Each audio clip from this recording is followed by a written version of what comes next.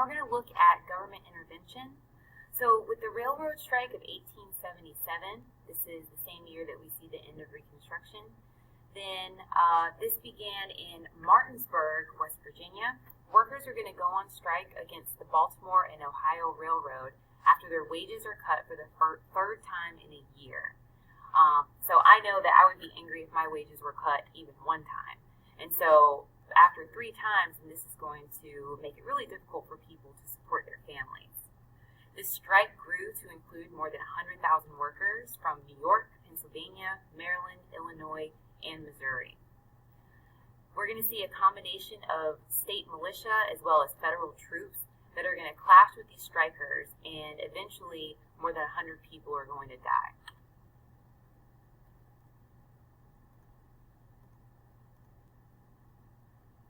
Then the coal strike of 1902.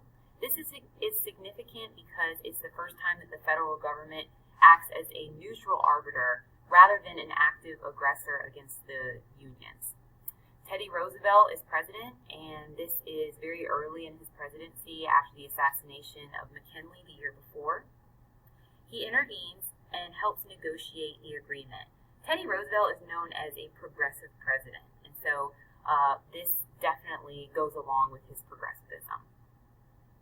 Miners bargain for a pay increase and a shorter work week, and the owners of the mines are going to receive increased prices for coal. Industrial unions. So unions combining all workers of an industry. Eugene Debs is going to bring together railroad workers with the American Railway Work Union. And we're going to see Debs several times early in the progressive era. He is a socialist, and he runs on the Socialist Party in the election of 1912. This is primarily in response to reduced wages when the strike begins against the Pullman Company in 1894. It begins as a small unionized strike, lacking the support of approval of a leader, but eventually is going to spread to include 250,000 workers in 27 states. After 30 people die and more than $80 million in property damage is accrued, then the Army is called in to put the strike down. Debs ends up going to jail, and in an effort to appease the trade unions and work towards reconciling, then Congress is going to approve Labor Day and declare it a national holiday. Debs leaves prison as a socialist.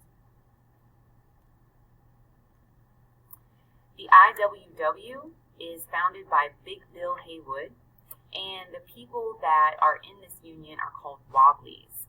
They see industrial unionism as the best way to maintain leverage during potential strikes, and are convicted of opposing the draft in World War I, and he's going to flee to Russia as a result of this.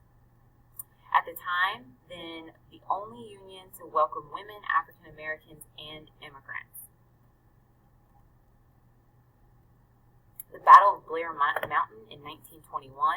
This is in West Virginia, and this is the largest labor uprising in U.S. history. Coal miners in West Virginia are going to try to form a union, and the mine owners are going to resist the efforts for them to unionize.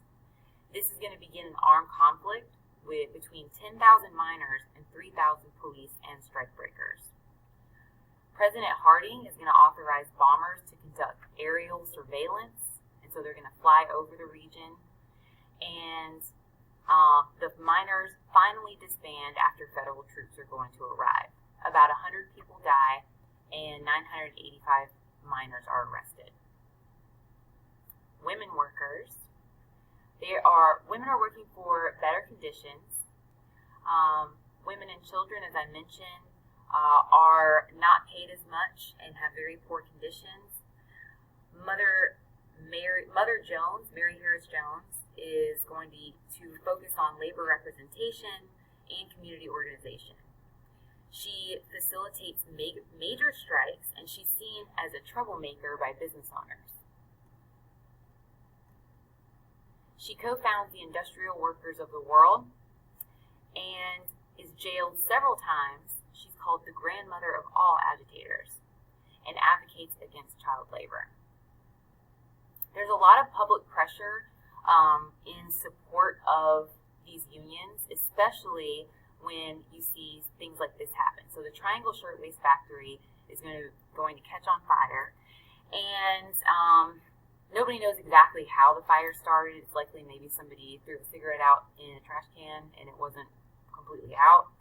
They had very narrow hallways, and this is in large part because they wanted to discourage women from stealing. And during this fire, people are going to be stuck inside the building. Unfortunately, you see more than 100 women die. And laws are going to be put in place for safety measures in buildings after this occurs. With the Homestead strike, I also have a video for you to watch right after this. This is going to damage the reputation of Andrew Carnegie. And as we talked about big business yesterday, Carnegie and many other business owners are definitely worried about their reputations and how they're perceived by the public. This is one of the reasons that Carnegie gives away so much of his money. And then there's the Ludlow strike. This is a violent strike in a mine owned by Rockefeller, and Rockefeller made his money in oil. And that is